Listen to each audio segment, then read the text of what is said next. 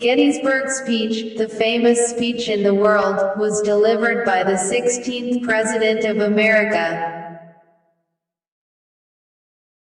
The Gettysburg Address is a speech by U.S. President Abraham Lincoln. It was delivered on the afternoon of Thursday, November 19, 1863. This speech was made during the American Civil War, at the dedication of the Soldiers' National Cemetery in Gettysburg, Pennsylvania. This was 4.5 months after the Union Army had a victory over the Confederate States Army at the Battle of Gettysburg. The address is one of the greatest speeches in the history of the United States. Lincoln spoke of how humans were equal, as it has been said in the Declaration of Independence.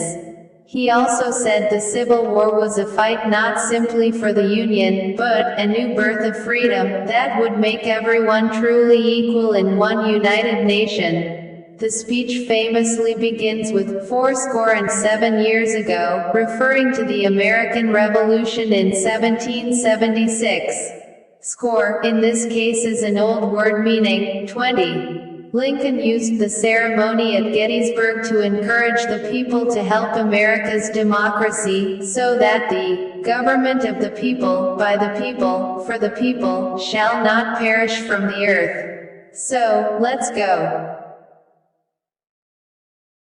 407 years ago, our fathers brought forth on this continent a new nation, conceived in liberty, and dedicated to the proposition that all men are created equal. Now we are engaged in a great civil war, testing whether that nation, or any nation, so conceived, and so dedicated, can long endure. We are met on a great battlefield of that war. We have come to dedicate a portion of that field as a final resting place for those who here gave their lives, that nation might live. It is altogether fitting and proper that we should do this. But, in a larger sense, we cannot dedicate, we cannot consecrate, we cannot hallow this ground.